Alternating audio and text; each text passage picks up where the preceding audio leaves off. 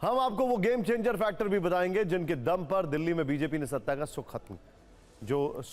सूखा है वो खत्म किया है। लेकिन सोचा पहले एक रोचक जानकारी आपसे साझा कर लेते हैं। दिल्ली के सिंहासन का रास्ता नई दिल्ली से ही निकलता है, ये फैक्ट है। ये आज एक बार फिर साबित हो गया। ये सीट जो जीत गया दिल्ली उसकी हो गई। 32 वर्षों के चुनावी इतिहास में सिर्फ 5 वर्ष ही ऐसे रहे जब यहां का विधायक सीएम ना हो, लेकिन 1998 से जो यहां जीता है वो सीएम भी बना है। ये परंपरा अब तक बरकरार है, चाहे वो 3 टर्म सीएम रहने वाली शीला दीक्षित जी हो या फिर 3 बार सीएम बनने वाले अरविंद केजरीवाल हो। 1993 में बीजेपी के कीर्ति आजाद जीते तो दिल्ली में बीजेपी सरकार बनी। 1998 से 2008 तक कांग्रेस की शीला दीक्षित जी थी, तो 15 वर्षों तक कांग्रेस की सरकार रही। 2013 से 2020 तक आम आदमी पार्टी के अरविंद केजरीवाल जीते तो आपकी सरकार रही। और अब 2025 में बीजेपी के परवेश वर्मा जीते हैं तो बीजेपी की सरकार बनने जा रही है। Interesting, very interesting.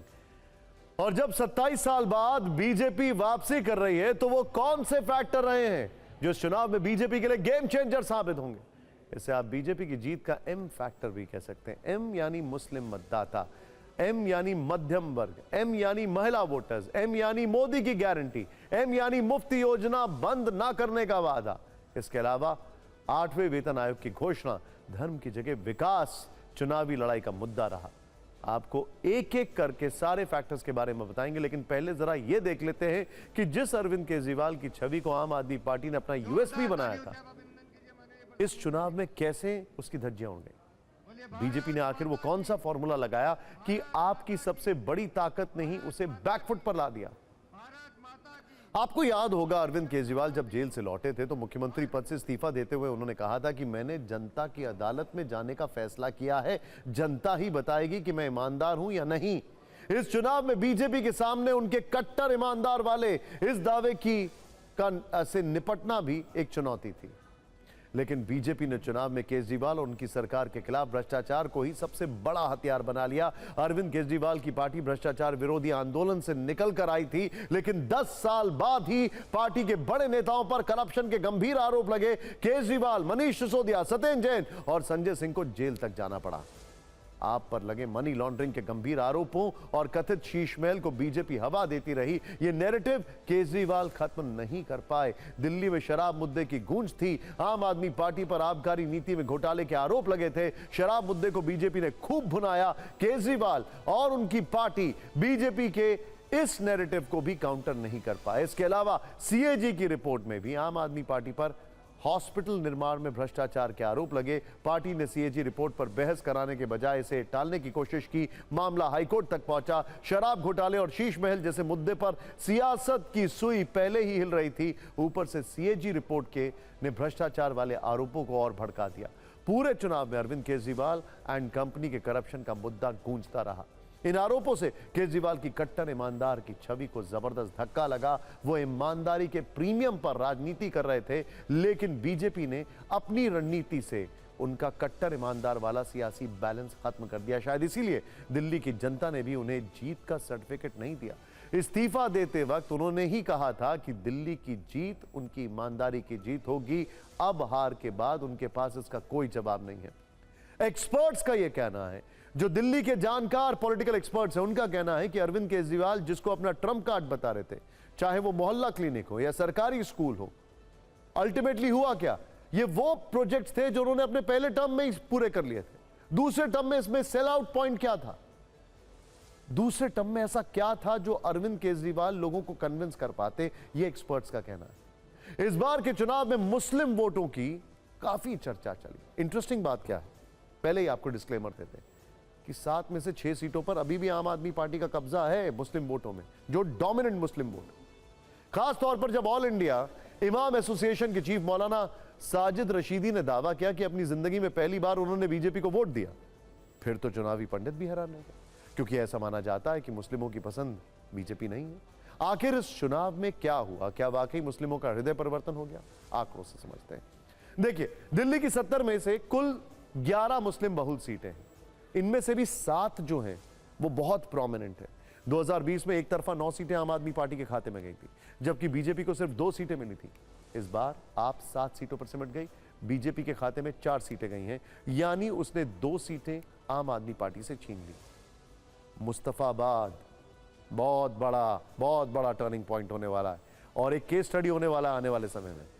यह कहा जा सकता है कि मुस्लिमों का झुकाव बीजेपी की तरफ थोड़ा बड़ा है। मुस्तफाबाद, इसीलिए हम बार बार बोल रहे हैं, जहां पर दिल्ली में 60% के आसपास वोटिंग हुई तो मुस्तफाबाद में 69% वोटिंग हुई।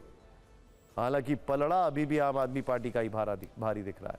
दिल्ली में कुल आबादी में 13%, 2011 के सेंसस के अनुसार 12.9% मुस्लिम आबादी है, जो कि अब शायद 15 से 16% है। मुस्तफाबाद की चर्चा हम बार बार कर रहे हैं।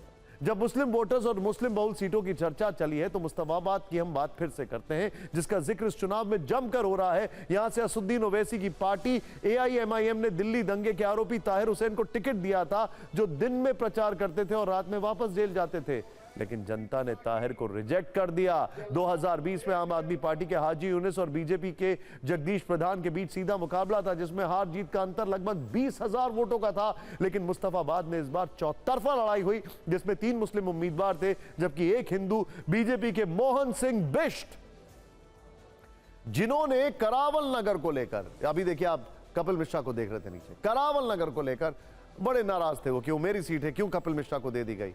कपिल मिश्रा ने उनको 2015 में हराया था जब आम आदमी पार्टी में वो थे। इस बार फिर कपिल मिश्रा वहां से जीते हैं, लेकिन मोहन सिंह बिष्ट बीजेपी के यहां से चुनाव जीते हैं मुस्तफाबाद से। उन्होंने आम आदमी पार्टी के आदिल अहमद खान को 17,000 से ज्यादा वोटों से हराया है। तीसरे नंबर पर दंगे के आरोपी ताहिर हुसैन रहे, जिन्हें 33,474 वोट मिले। चौथे नंबर पर पहुंची कांग्रेस को 11,763 वोट मिले। अगर AIMIM और कांग्रेस का वोट जोड़ लें तो यह आंकड़ा 45,237 का बनता है। यहां इस बार जीत हार का अंतर पिछली बार से भी कम, यानी 17,578 का है। आंकड़ों को देखें तो अकेले ताहिर हुसैन ने आम आदमी पार्टी का खेल खराब कर दिया है। वैसे मुस्तफाबाद इस बार बीजेपी उम्मीदवार मोहन सिंह बिष्ट की वजह से खूब चर्चा में रहा। वो पहले करावल नगर से विधायक थे, लेकिन टिकट कट गया तो उन्होंने बागी तेवर दिखाए, फिर उन्हें मुस्तफाबाद के मैदान में उतारा गया। मुस्लिम बहुल सीट होने के बावजूद वो यहां से जीते हैं। यहां पर पहाड़ी वोट बैंक काफी ज्यादा है, इसीलिए बिष्ट साहब की जीत को और मजबूती से यहां पर उम्मीद की जा रही थी कि वो कुछ ना कुछ कमाल तो करेंगे। लेकिन करावल नगर आने से वो बड़े नाराज थे। हालांकि इंटरनल सर्वे कहता था कि वहां से कपिल मिश्रा जीतेंगे, और जीत भी गए।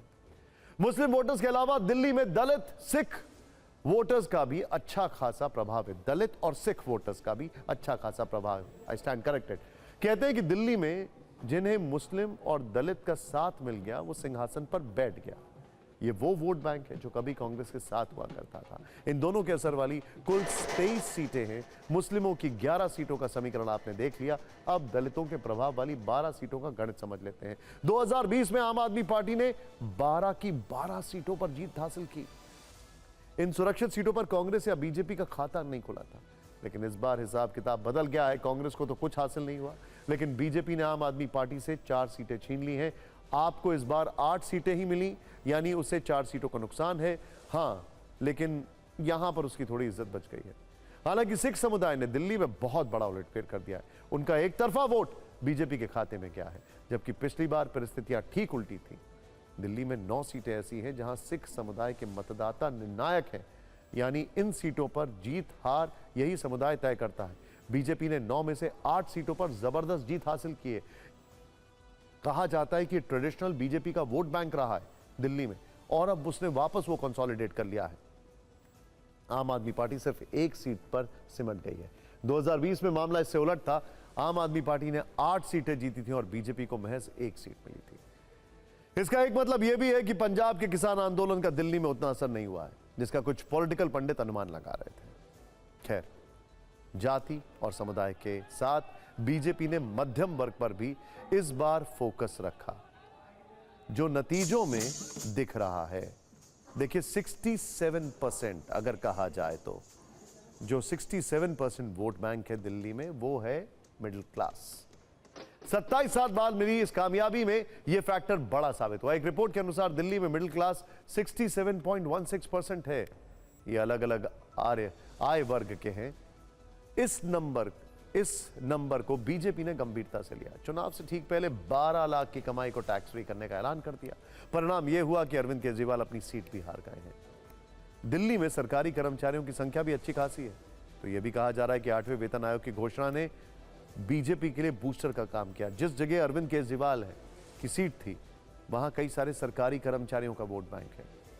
मध्यम वर्ग के साथ बीजेपी ने महिलाओं को भी साधा है। दिल्ली सरकार ने महिलाओं के लिए 2100 रुपए प्रति महीने देने का वादा किया। बीजेपी ने आपसे 400 रुपए ज्यादा 2500 रुपए हर महीने देने की घोषणा कर दी। दिल्ली में महिला वोटर्स करीब 72 लाख हैं। एक और इंटरेस्टिंग बात, दिल्ली पुलिस की संख्या बहुत ज्यादा है, लेकिन खाली पोस्टल बैलेट की अगर बात करें तो 16,984 पोस्टल बैलेट खाली दिल्ली पुलिस और होमगार्ड्स के। और दिल्ली पुलिस और आम आदमी पार्टी की जो टक्कर रही है, आप समझ सकते हैं कि वो किधर गया होगा। वोट अलग है, मैं तो खाली पोस्टल बैलेट की बात कर रहा हूं यहां पर। प्रचार के दौरान जब केजरीवाल ने आरोप लगाया कि अगर बीजेपी आई तो मुफ्त वाली योजनाओं पर ब्रेक लग जाएगा, तो खुद पीएम मोदी ने भरोसा दिया कि बीजेपी की सरकार आने के बाद एक भी मुफ्त योजना बंद नहीं होगी। दिल्ली चुनाव में बीजेपी की प्रचार नीति भी थोड़ी अलग थी। जैसा कि आपने भी देखा होगा, दिल्ली चुनाव में धर्म से ज्यादा विकास वाली गारंटी को तवज्जो दी गई। इसी आधार पर वोट मांगे गए, जो जनता को पसंद भी आया। एक फैक्टर यह भी है कि दिल्ली में बीजेपी का कोई सीएम फेस नहीं था। मतलब यह कि पीएम मोदी की गारंटी पर बीजेपी ने चुनाव लड़ा और जीता भी। यही नहीं, केजरीवाल को सुप्रीम कोर्ट से सशर्त जमानत मिली, जिसके तहत वो सीएम की कुर्सी संभाल नहीं सकते। ऐसे में बीजेपी जनता में संदेश देने में कामयाब रही कि अगर आप जीती तो भी केजरीवाल मुख्यमंत्री नहीं बन पाएंगे। ये ऐतिहासिक विजय है, ये सामान्य विजय नहीं है। दिल्ली के लोगों ने आपदा को बाहर कर दिया और भ्रष्टाचार के नए नए तरीके निकालने वाली फैक्ट्री है तो वो आम आदमी पार्टी, आपदा पार्टी है। लेकिन दिल्ली की जनता ने इस बार करारा जवाब देकर के यह स्पष्ट कर दिया कि यह ऐतिहासिक जीत मोदी जी के नेतृत्व में दिल्ली को फिर से आगे बढ़ाने के काम को बढ़ा रही है। हर कार्यकर्ता ने मेहनत की, मोदी जी की बातों को जमीन पर उतारा और उसका रिजल्ट था, लोगों में आक्रोश था, गुस्सा था। उसको खाली प्रधानमंत्री मोदी की गारंटी की तरफ आकर्षित किया कि यही सत्य। तो उनको लगा प्रधानमंत्री हमारे साथ खड़े हैं, डेफिनेटली हम लोगों को मुख्यमंत्री का चेहरा ही नहीं चाहिए, मोदी जी को हम लोग वोट देंगे। सही माने में भारतीय जनता पार्टी की और माननीय प्रधानमंत्री जी के नेतृत्व में जो भारतीय जनता पार्टी और कार्यकर्ताओं ने जो जीत हासिल की है, बहुत शानदार है।